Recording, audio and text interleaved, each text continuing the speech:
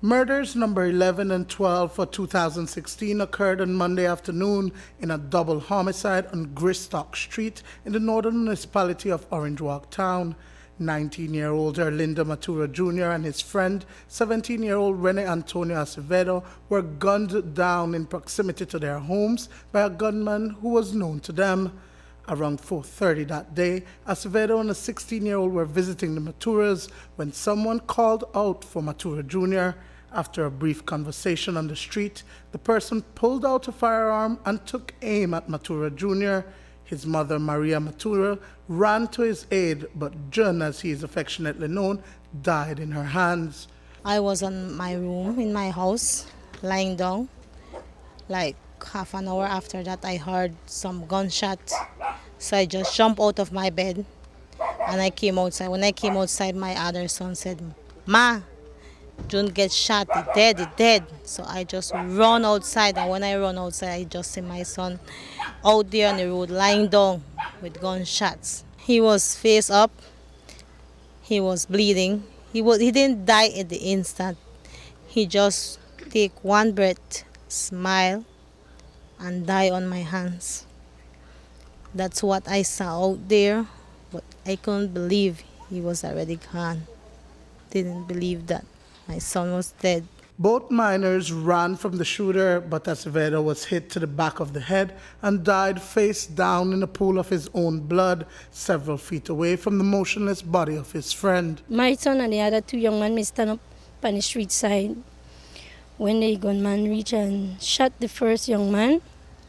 Then my son and his friend start to run. And when they start to run, then they shot after the next young man, and the gun never gone off, and they shot then the gun gone off on my son. And that when he catch my son in the head back, and he dropped, and that was it. This morning, both families remain in disbelief that the lives of their teenage sons have been cut short. It is even more heart-wrenching for Lupita Rayburn because this is the second of her 4 sons that she's losing to gun violence. 3.5 months ago, on October 22nd, Acevedo's older brother was killed in an attempted robbery at Kefan's pawn shop in Belize City. Just 3 months ago, I lost my first son. How did you lose him, Mom?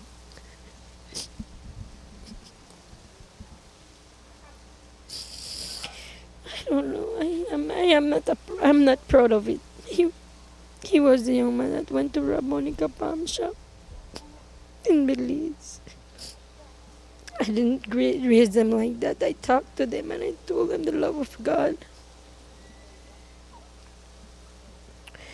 And I'm proud that this son also accepted Jesus in his heart. According to police, the gunman was barefaced, and his description has been given to investigators by several eyewitnesses and persons with whom he came in contact while fleeing the scene. A male person who was dressed in blue t-shirt, chihuahua pants, riding a bicycle, asked both persons where they sell drugs. The male person then rode off in a distance, some 15 feet away from the both persons, and pulled out what appeared to be a handgun, silver and black in color. He pointed it towards Rene Acevedo and fired a single shot, which hit him in the back of his head, where he fell to the ground in the middle of the street. Matura was shot the back, where he was touched on the upper left part of his back, where it protruded the left side of his chest. The shooter then rode off in a pasture, took away a bicycle from a female, and rode off, making good his escape. Some residents set chase behind him, but to no avail, as they reported that said person stopped a vehicle that was heading towards Yoquick village and went got on it as a passenger. Both murder victims have had several run-ins with the law in the past. In fact, Matura Jr., Acevedo, and the third minor were released from custody on Monday afternoon, just hours before the duo was gunned down. So what could have been the motive behind the cold-blooded murder of the teenagers? The motives at this moment is uncertain. At this moment, we have police out there investigating and follow up certain leads at this moment. Any reason to believe it's gang related? At this moment, I cannot say whether it's gang related or other motive behind it. He was not involved with nobody. He didn't have no problem with nobody because he was on probation. When he had one court and they put him in probation, they told him he cannot give no kind of trouble, not even double riding or nothing, because if he did that, he was going to go at jail for 3 years.